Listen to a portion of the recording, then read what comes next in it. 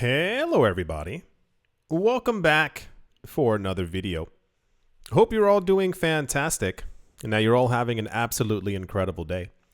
And without any further ado, let's jump right into it in news that I assume at this point you are all but expecting. As developments around a spot Bitcoin ETF approval gain momentum, more players are willing to join the bandwagon.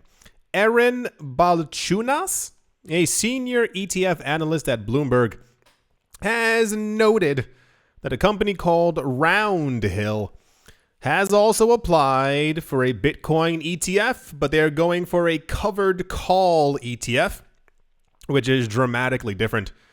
Roundhill recently submitted an application for a Bitcoin covered call ETF, which will include a Bitcoin futures ETF and involve call and option writing to generate income. Roundhill Investments is a registered investment advisor specializing in providing innovative ETF solutions. Sure, why the heck not?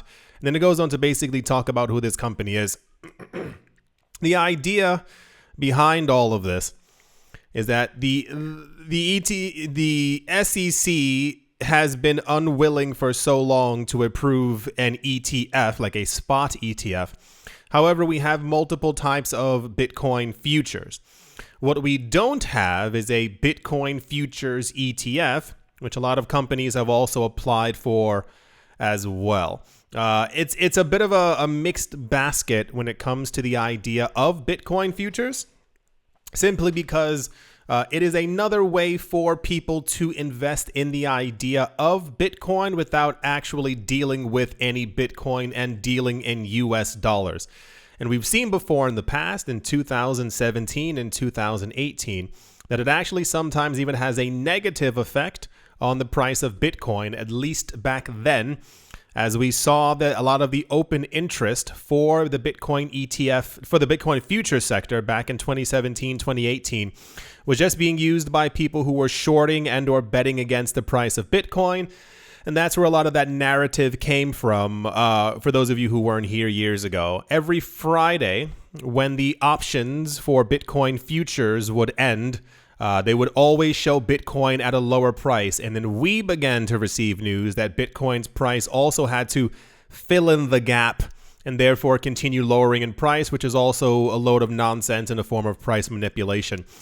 But yeah, the ETF train continues, whether we want it to or not. We're going to have a lot more people applying for spot ETFs and also for futures ETFs as well, trying anything that they can to somehow get further into the Bitcoin space. That's another Bitcoin ETF, futures ETF, is trying to happen news. And yeah, let's move on. In news that we haven't heard about in a while, this was like all the rage in 2021 and 2022, according to the Shiba Inu website, or Shiba Inu has seen a 535% surge in its daily burn rate.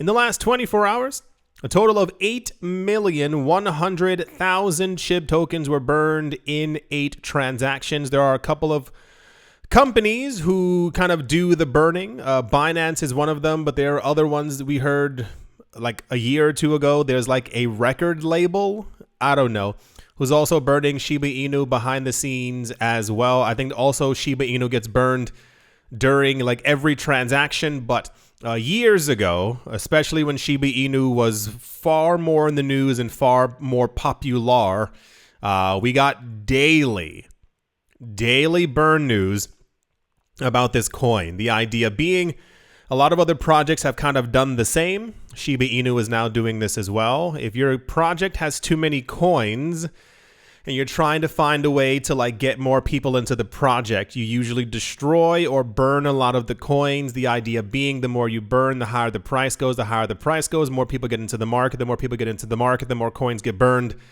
It's a never-ending loop in essence. We are burning far less coins than we were before, but that's mainly because the market hasn't properly recovered.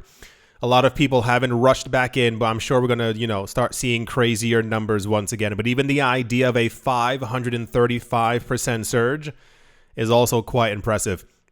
The day before saw a total of 1.2 million tokens burned over 6 transactions, hence the skyrocketing increase in the SHIB burn rate.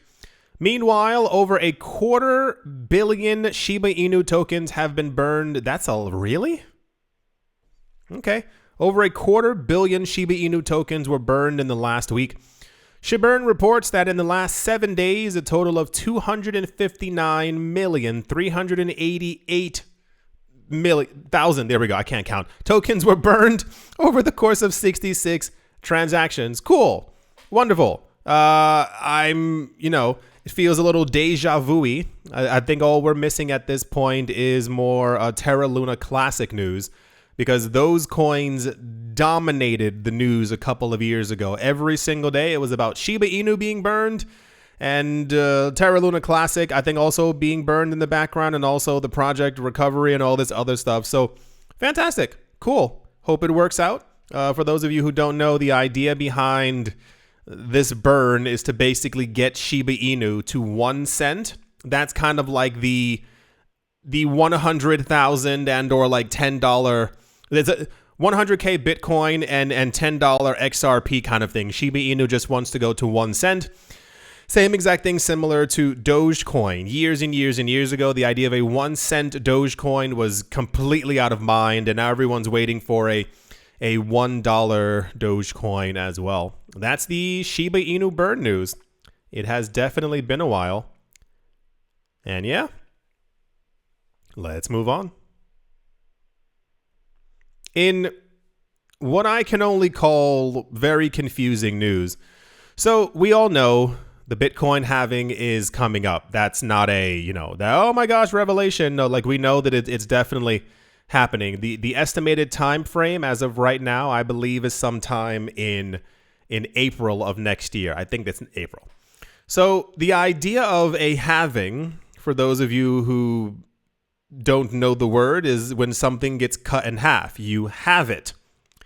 So the idea is that the amount of Bitcoin being created and or made by the network every block is going to get cut in half. Seems completely logical, right? So imagine my surprise when one of the most popular news stories out there was by someone who mines Bitcoin, who announced that people mining Bitcoin are only going to receive half of the Bitcoin that they're mining. I'm not joking. And I will go over the numbers and I'll go over everything with you, but it just ended up being a very weird kind of, okay. It says this weekend's figures indicate that people who are mining Bitcoin are nearing a critical threshold, with fewer than 25,000 blocks remaining before the most anticipated halving event ever. Once this milestone is reached, people who are mining Bitcoin's rewards for each block, excluding transaction fees, will decrease to 3.1. That is crazy to see. The reward will be 3.125 Bitcoin per block. I remember reading, it's insane, like reading when it was like 50 Bitcoin per block, and then 25 and 12.5 and then 6 point something. To think that we're going to get to 3.1 is such an incredibly low number. And it's not even like, we're not even at the 2028 halving. Like 3.12 Bitcoin per block is so low, which is a sharp drop from the current rate of 6.25 Bitcoin per block. That's insane to see. The Bitcoin community is keenly observing these developments, yet people who are mining bear the brunt. I'll explain that in 1 second. Facing a significant cut to their income. So one of the reasons why, and I'm sure people have this question, why everyone seems so sure that Bitcoin will at least double in price, it has to, first of all, it has to do with history. And for some reason, I wish I had a more accurate answer for you. It just seems to work out that way. In that, let's say, we've gone over this before, Let's say it costs $10,000 to mine one Bitcoin. To create an entire Bitcoin, you need $10,000 worth of money. Let's say your electricity costs are roughly around $10,000 as well. You spend $10,000 for the electricity, you get a Bitcoin for $10,000. You completely, you're not really making any money. Let's say it costs $10,000 to create a Bitcoin, but Bitcoin's price is $15,000. You mine the Bitcoin, you sell off a portion of it, and you get to keep the extra $5,000. Let's say that we run into the issue where the amount of Bitcoin that's being created gets cut in half, and therefore the amount of money that you would have made also gets cut in half. So in the simplest forms, in essence, you're spending $10,000 to mine a Bitcoin, but you're really only making $7,500 because only half as much came out before. And when I say it kind of just happens, it's based off of supply and demand, in that logically, if the demand remains the same for the exact same supply, at some point the price will rise because the supply continues to dwindle. If the demand remains the same while the supply gets cut in half for the amount that's being created, logically, this also pushes up prices even further than if everything had simply remained stagnant over the course of a set amount of time. So we have seen consistently that even if the demand remains the same for Bitcoin when a halving occurs, the price will rise because we are only getting half as much Bitcoin, and Bitcoin ends up being more scarce. However, what ends up happening is the demand actually rises. It does not remain the same because it becomes such a monumental event in the space where not only us in crypto hear about it, everyone in the world hears about it as well. And when everyone else ends up hearing about it, they also buy more Bitcoin than they previously did before, which then pushes up prices even further. So a lot of times it happens, and this sounds stupid, but it happens every 4 years. There's always news about what could potentially happen to people who are mining Bitcoin, in that there's an unwarranted amount of fear that ends up popping up in, would people who are mining Bitcoin currently stop mining because they're not making as much money? But this never ends up happening. Only more people end up connecting their computers and their machines to mine more Bitcoin because the price of Bitcoin always goes up during the halving based off of normal supply and demand, and then increased buying pressure from people who are outside of the space. People who are within the space see that there's an increased buying pressure, so they also begin to buy. The amount of Bitcoin out there continues to decrease as more people are buying it, and thus the hyper significance of the news that we've been going over. When you talk about that 92% of all the Bitcoin out there is being held by essentially whales and or very wealthy individuals. So when you talk about the idea of a supply shock, it's because there already is not a lot of Bitcoin out there. There literally is not. It keeps on being bought up more and more all the time, but by the time always we get to the halving, normal people rush into the market. Prices end up going a lot higher, but we have never seen this amount of Bitcoin gone away from crypto exchanges and gone from the market. So the idea of the Bitcoin ETF being approved or happening, or we get one or multiple, causing extra buying pressure that we'd be able to actually validate. It's one thing to kind of assume that a bank is buying or an institution is buying, but to have explicit numbers and proof that 7 different companies are buying up 1, 2, 3, 4,000 Bitcoin per month will have a massive effect on the price, and therefore this is where we end up getting to those $400,000 price predictions for Bitcoin, because we've never been in a situation before, never, where the block reward will only be 3.12, where 92% of all the Bitcoin is being held by whales and very rich people who don't plan on selling because they're assuming that Bitcoin is going to hit $500,000 and $1 million. And then the last 8% of Bitcoin that's out there will be bought up and gobbled up by people who are either in the market now and or latecomers. I hope I explained that relatively okay. The really weird part is that someone announced that the halving rewards, it says it right here, the halving rewards are going to be slashed by 52.5%. So the idea is that someone apparently went through the numbers And it's not just 50%. Apparently, it's going to be actually a little bit more, which means that even less Bitcoin might be coming out for a lot of people who are going to be mining. But I found the news interesting because it's like someone telling you, hey, I'm going to give you half of my apple tomorrow. And then they give you half of their apple and you're like, oh my gosh, he gave me half of his apple. Like, we know that the halving is going to halve. I hate the LVE there. It drives me absolutely insane. Rewards. Very popular news. Not even joking. I think it's just simply a letting people know. I mean, it is also quite significant. 52% as opposed to the normal 50. I'm very interested in seeing where all of this is going to go, simply because it's been such a major topic and discussion for such a long amount of time as far as how high Bitcoin's price is going to go. The people who will openly begin to announce that they're buying it.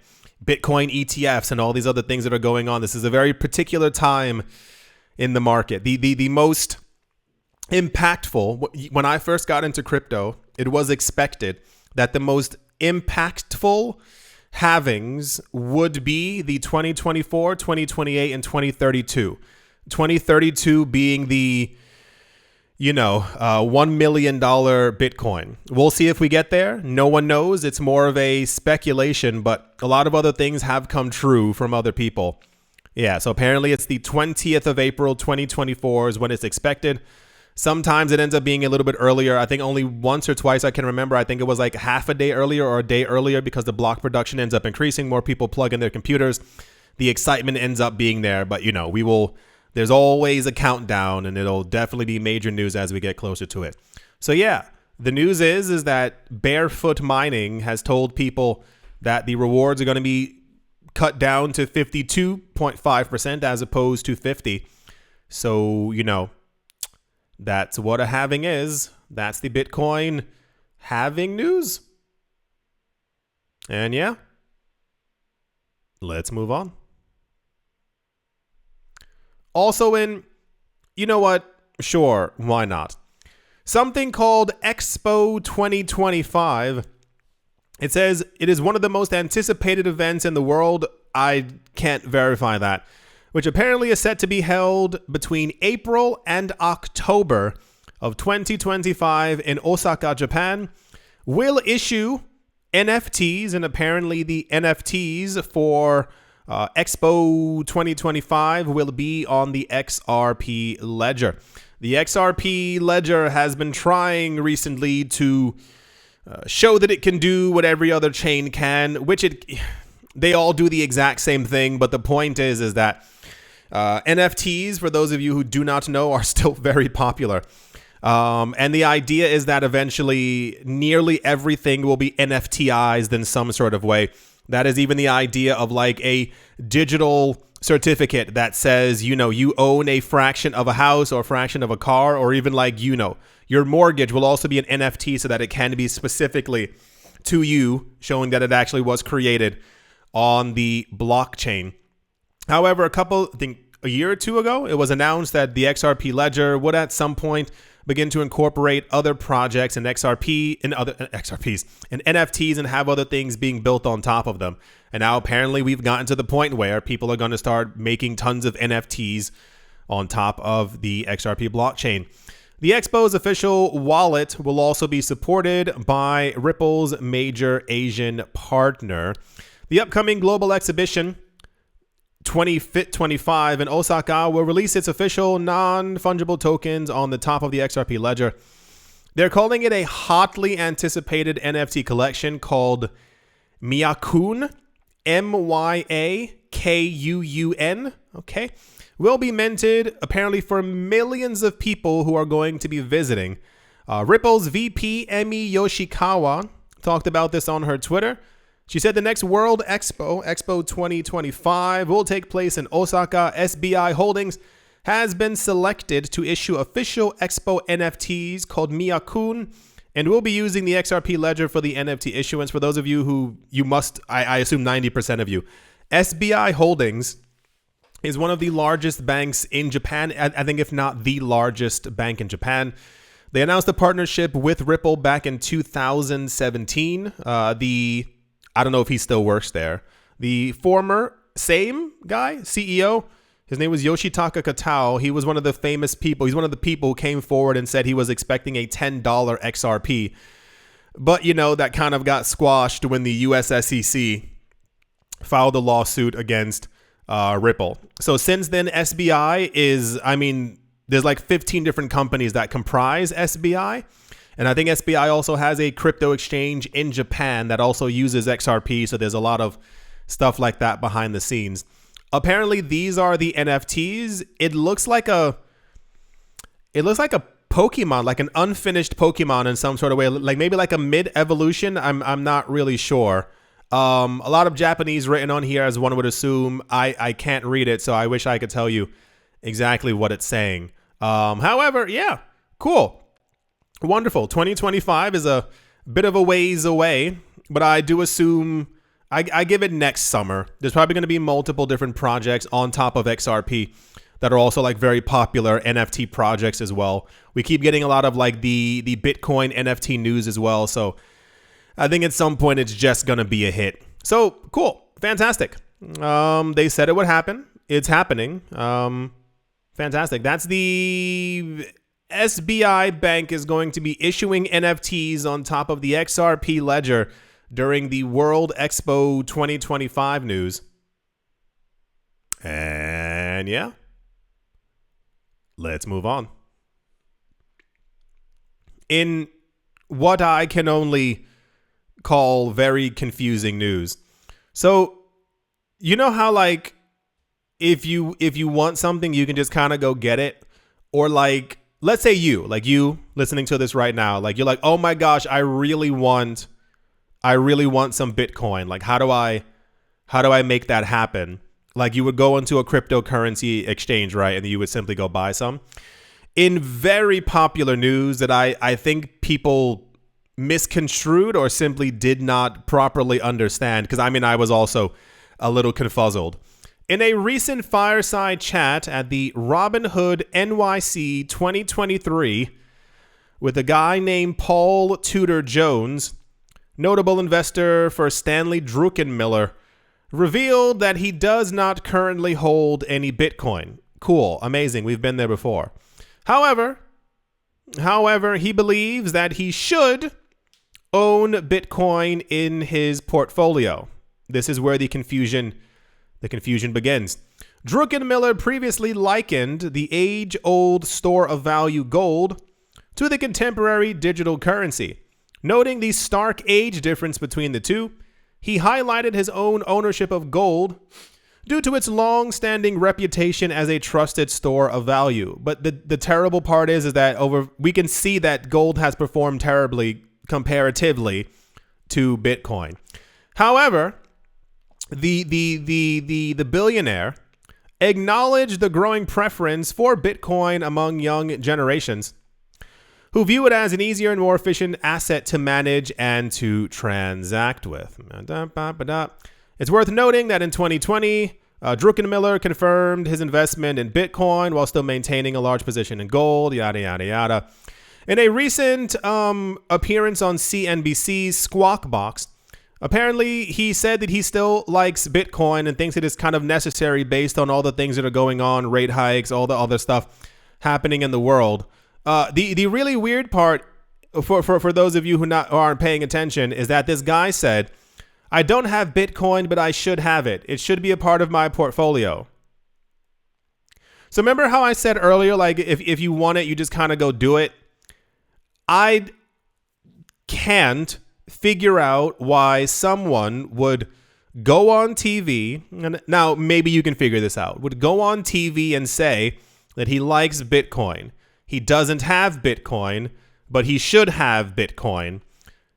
And now, tell me if I'm wrong here. I feel like a billionaire has definite access, like almost immediately, to buying a large amount of Bitcoin. So the news was, in some ways, and I'll say it to you this way, almost like aspirational to a lot of people.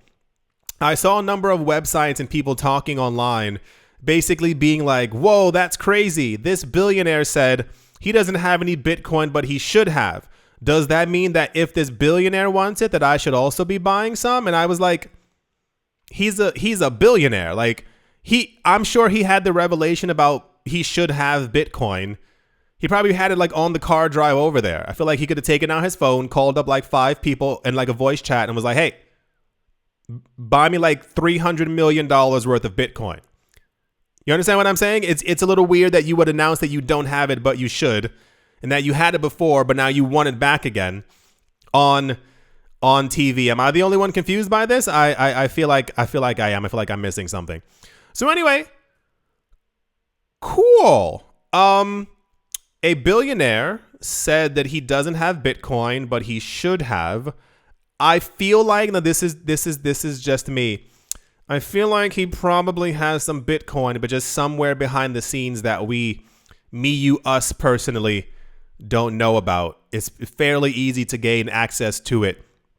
I also, in I guess other discussion news, I'm very, very interested. I don't want time to go any faster because this year, I don't remember this year. Does anyone else remember this year? This is one of the fastest years. We have, what is it, like 6-7 weeks left in this year? I'm not computing as to how everything is moving so fast.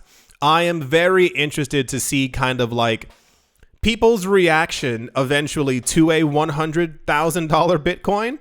And in my opinion, and also to like a $1 million Bitcoin comparative to gold. Like if you've, and I mean, and that's also comparative to other assets as well. Let me even push gold to one side. I mean, everything. Bitcoin has outperformed every other asset that has ever existed ever in like a hyper short period of time. So I do wonder the questions that people are going to have, like with the things that they collect and that they buy, comparative to like, oh, I should have bought Bitcoin instead. I think about that myself sometimes because I also am a collector of other like physical things and objects, and I do wonder sometimes like how much more Bitcoin is going to outperform the other. You understand what I'm saying? Anyway, yeah. So I hope this very wealthy man gets some Bitcoin. I feel so bad for him that he doesn't have any Bitcoin when he could just get it like right now. Very weird, right? No one else finds that weird? Why would you announce that on TV when you know that you can just go get some? Anyway, I do hope that you've all enjoyed. I do hope that you all are having a great day, morning, afternoon, evening, wherever you are, wherever you might be. I do hope it is absolutely fantastic. Thank you all once again for watching, listening, liking, commenting, and or supporting. And I will most certainly be talking to you all soon. See